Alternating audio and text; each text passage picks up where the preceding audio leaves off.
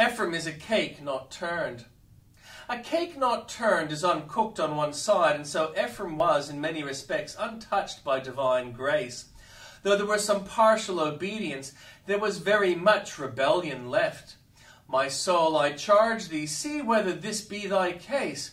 Art thou thorough in the things of God? Has grace gone through the very centre of thy being, so as to be felt in its divine operations in all thy powers, thy actions, thy words, and thy thoughts? To be sanctified, spirit, soul, and body, should be thine aim and prayer. And although sanctification may not be perfect in thee anywhere in degree, yet it must be universal in its action. There must not be the appearance of holiness in one place and reigning sin in another, else thou too will be a cake not turned.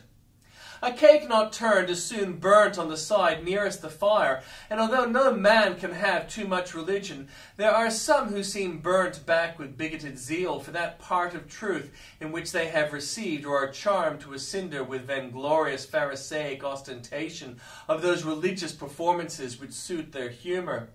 The assumed appearance of superior sanctity frequently accompanies a total absence of all vital godliness. The saint in public is a devil in private. He deals in flour by day and in soot by night. The cake which is burned on one side is dough on the other.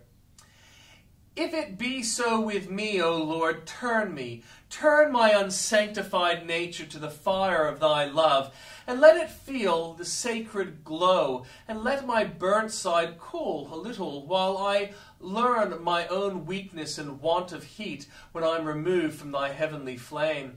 Let me not be found a double-minded man, but one entirely under the powerful influence of reigning grace. For well I know, if I am left like a cake unturned, and not on both sides the subject of thy grace, I must be consumed forever amid everlasting burnings. Waiting for the adoption. Even in this world, saints are God's children, but men cannot discover them to be so, except by certain moral characteristics. The adoption is not manifested. The children are not yet openly declared. Among the Romans, a man might adopt a child and keep it private for a long time, but there was a second adoption in public. When the child was brought before the constituted authorities, its former garments were taken off, and the father who took it to be his child gave it raiment suitable to its new condition of life. Beloved, now are we the sons of God, and it doth not yet appear what we shall be. We are not yet arrayed in the apparel which benefits the royal family of heaven, and are wearing in this flesh and blood just as what we wore as the sons of Adam. But we know that when he shall appear, who is the firstborn among many brethren, we shall be like him, and we shall see him as he is.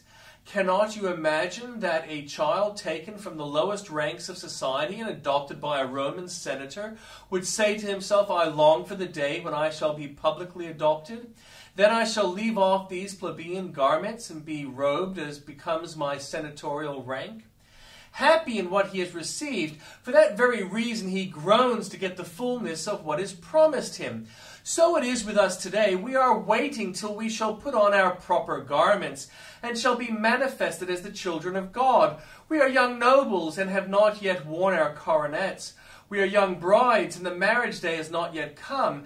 And by the love our spouse bears us, we are led to long and sigh for the bridal morning. Our very happiness makes us groan after more. Our joy, like a swollen spring, longs to well up, like an Iceland jesser, leaping up to the skies, and it heaves and groans within our spirit for want of space and room by which to manifest itself to men.